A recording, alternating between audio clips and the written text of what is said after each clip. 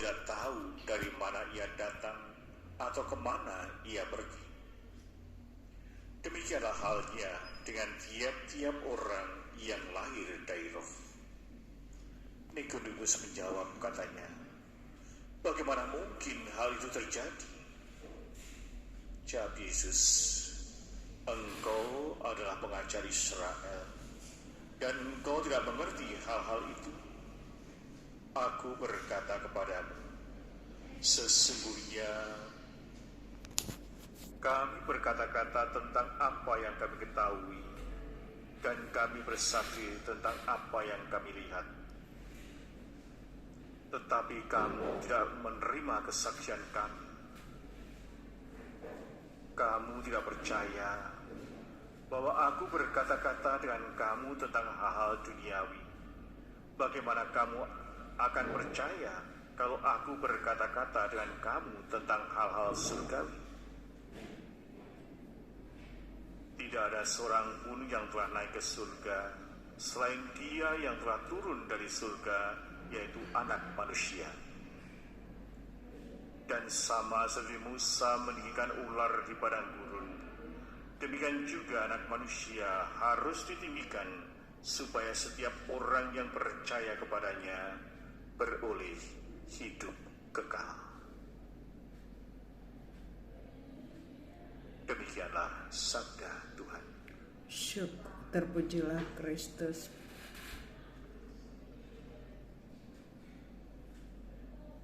Bapak, Ibu, dan Saudara saling kasih dalam Kristus, hari ini kita diajak merenungkan tentang Nikodemus, seorang Farisi yang datang kepada Yesus pada malam hari. Nikodemus adalah seorang pemimpin agama yang terhormat, tapi sekali juga dia itu sangat terpelajar. Tetapi toh ia merasa bahwa ada sesuatu yang kurang dalam hidupnya, yang kurang dalam dirinya, yang kurang dalam batinnya. Dia merasa bahwa ada sesuatu yang lebih besar daripada pengetahuan akademis yang dia pelajari selama ini. Ada satu kerinduan dalam dirinya. Ada suatu kehausan dalam batinnya untuk mencari sesuatu daripada segala sesuatu yang telah dipelajari selama itu. Dalam pertemuan malam itu, Nikodemus bertanya kepada Yesus tentang cara memperoleh hidup yang kekal.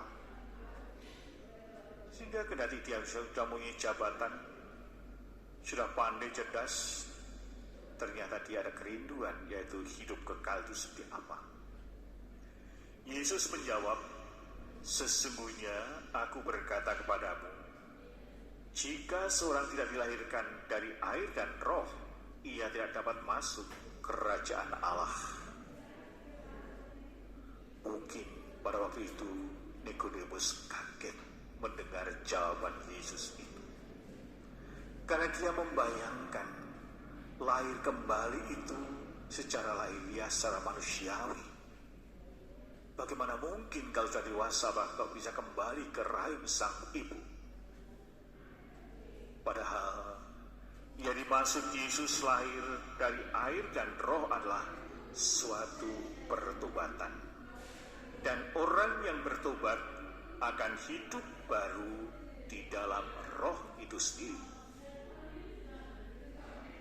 Bapak, Ibu, dan saudara kasih, hidup baru dalam roh merupakan perubahan batiniah yang terjadi dalam diri kita ketika kita menerima Kristus sebagai juru selamat kita, menerima Dia sebagai Tuhan, menerima Dia sebagai Sang Penyelamat.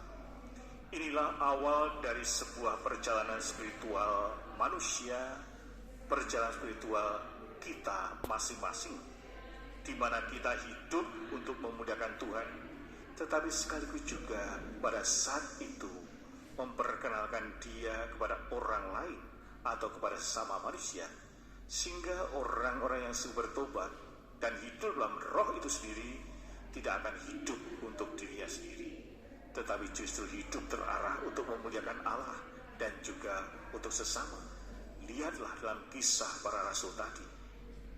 Mereka sudah hidup dalam roh, akhirnya mereka mau membagi-bagikan apa yang mereka miliki.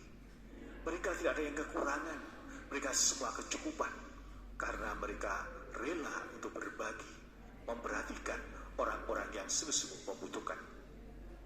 Bapak, Ibu, dan saudara kasih, mungkin kita bertanya, bagaimana kita hidup baru dalam roh atau kita dapat dilahirkan kembali? Pertama, kita harus memiliki keyakinan yang kuat bahwa Yesus Kristus sebagai Tuhan dan Juru Selamat kita. Keyakinan itu harus ada bahwa Kristus adalah Tuhan dan Juru Selamat kita. Kita harus percaya bahwa Dia telah mati di kayu salib untuk menebus dosa-dosa manusia, dosa-dosa kita, dan telah bangkit kembali untuk memberi hidup yang kekal kepada orang-orang yang percaya.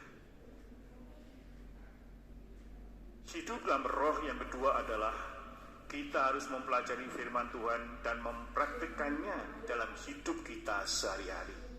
Jadi bukan hanya sekedar hafal ayat-ayat kitab suci.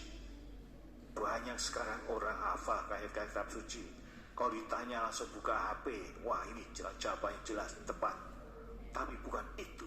Tapi bagaimana mempraktikkannya apa yang kita baca. Firman Tuhan adalah pedoman hidup kita, dan ketika kita mengikuti ajarannya, kita akan mengalami suatu perubahan dalam diri kita yang sungguh luar biasa. Inilah yang disebut lahir dari air dan roh, di mana manusia yang lama ditinggalkan dan menjadi manusia yang baru. Yang ketiga, kita harus hidup dalam kesatuan dengan Roh Kudus. Roh Kudus adalah kuasa Allah yang tinggal di dalam kita setelah kita menerima Kristus. Roh Kudus membimbing kita, memberi kita hikmat, dan juga menunjukkan pada kita jalan yang baik, yang benar, yang harus kita tempuh di dalam menjalani persiaran hidup kita setiap harinya. Dengan cara yang demikian berarti kita harus sungguh-sungguh mendengarkan suara Roh Allah yang selalu bergema di dalam hati nurani kita. Yang keempat, kita harus hidup dalam persekutuan dengan sesama pengikut Kristus. Kita harus membangun komunitas dengan orang-orang yang seiman. Maka kita bersekutu, kita berkomunitas. Sehingga kalau kita percaya pada Kristus, kalau kita hidup dalam roh tetapi tidak mau bersatu, gak mau datang, pernah datang ke lingkungan, ya, jadi datang ke gereja itu hanya waktu baptisan, pernikahan, ya mungkin kalau mati masih lumayan, tapi seringkali seperti itu. Jadi mau bersekutu dengan orang-orang seiman. Karena apa? Karena kita tidak diciptakan untuk hidup sendirian, tetapi kita hidup bersama-sama dengan orang lain dalam kasih dan persaudaraan dengan orang-orang yang seiman dengan kita.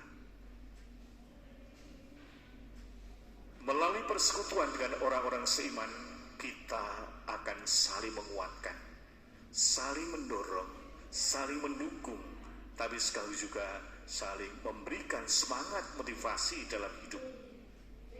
Dan melalui persaudaraan dengan orang-orang yang tidak seiman dengan kita, kita membangun suatu persahabatan, membangun suatu kerukunan, juga membangun perdamaian dan juga kesatuan sendiri.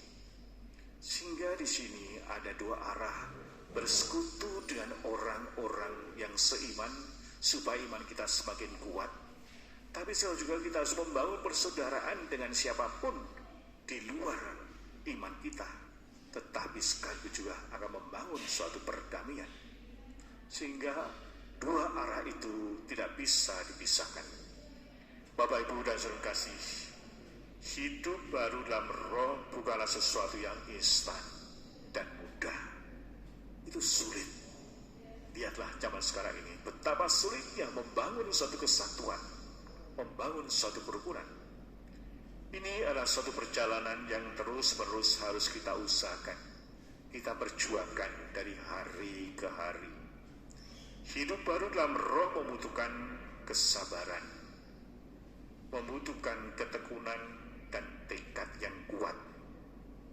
Tetapi dengan memiliki keyakinan yang kuat pada Kristus, dengan merenungkan sabdanya dan mempraktekannya dalam hidup kita sehari-hari, dan kita bersatu dengan Roh Kudus, hal semacam ini bukanlah sesuatu yang mustahil. Sehingga bersama dengan Allah kita akan mampu membangun hidup baru, hidup yang selaras dengan kehendak Allah. Maka marilah kita memilih hidup baru dalam roh, hidup untuk memuliakan Tuhan, tapi selalu juga untuk memperkenalkan Tuhan kepada sesama manusia. Sehingga kalau kita sungguh hidup diresapi roh Allah, maka kita akan semakin memuliakan Allah, tapi selalu juga kita akan semakin memperkenalkan Allah itu siapa. Allah yang penuh kasih, Allah yang penuh belas kasih, Allah yang penuh pengampunan.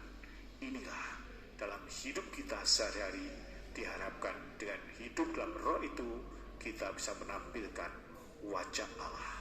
Semoga kita pun bisa menjadi berkat bagi sama manusia dimanapun kita berada.